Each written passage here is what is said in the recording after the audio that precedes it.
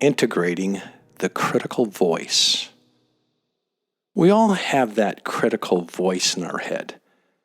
The voice who refuses to let us be, to accept life as it is, to trust what it can't control or understand.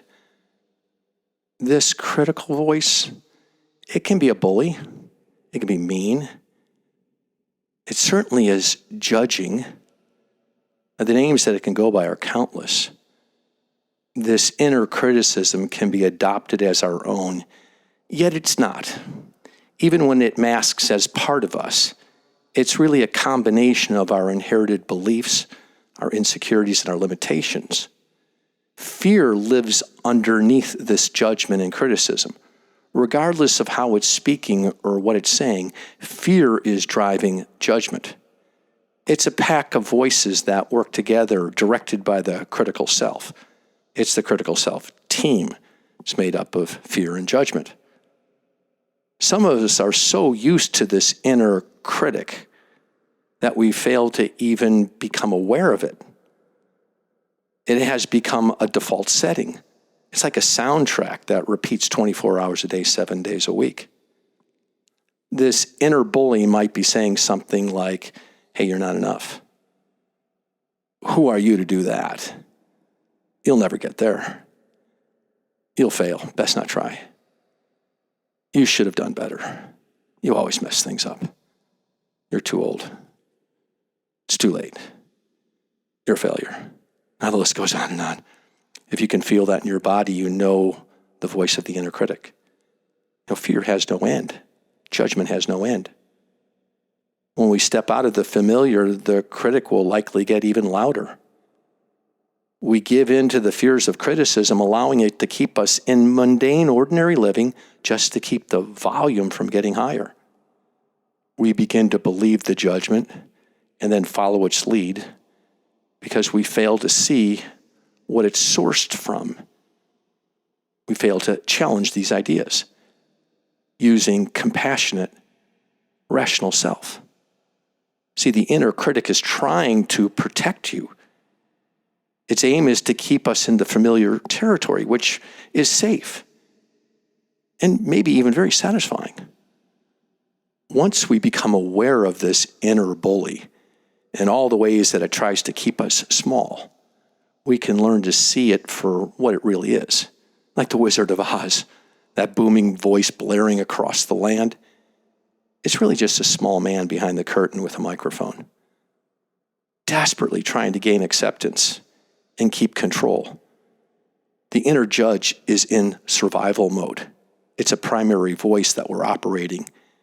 It's a very immature, undeveloped energy pattern. So imagine that the judgment is an echo of fear. It's really not that big and scary at all. It's puffed up to protect itself from us. It's scared, so it's trying to make you scared too. Yet there isn't much to fear. The perspective and realization, the aha awareness, can actually lead us to a very compassionate, rational self. Converting criticism happens through this awareness and a willingness to consider a different story, a different perspective. Then we can start to gain control over our self-talk through pausing and just taking note that the inner critic is visiting, the voice is alive, and embodying our role as adult versus young child. When we do this, we shift from fear to compassionate, rational self. And when we listen to the compassionate, rational self, we hear, you're safe. I'm here. We're in this together. Now, the inner bully has little leeway to push us around as we convert our fear into compassionate, rational self, taking control of our thoughts and challenging the low blows of judgment. We heal through compassion and rationality. And we do that one thought at a time. Are the judgments really true 100% of the time? How can we be sure the inner bully isn't just full of it? Big changes follow simple shifts. Integrating your critical voice with your compassionate, rational self is a resolutionary act of self-love that leads to more possibilities in every area of your life. So let's work this out. Write 25 to 30 words to this direction question.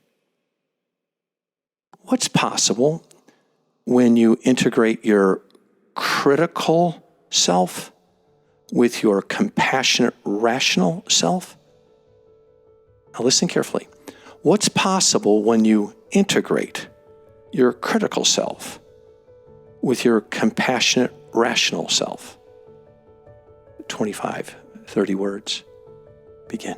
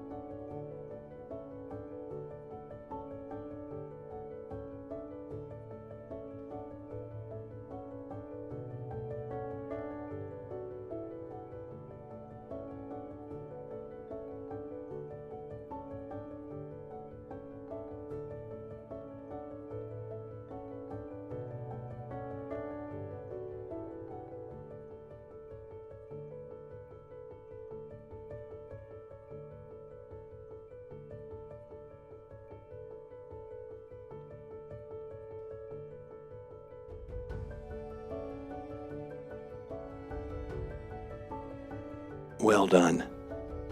Connecting with the critical self and then integrating it with the compassionate, rational self.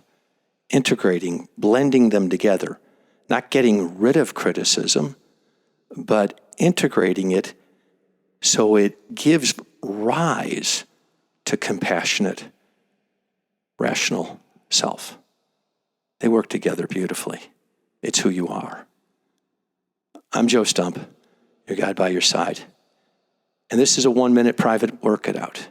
Have an amazing and fascinating day integrating your critical self with your compassionate, rational self.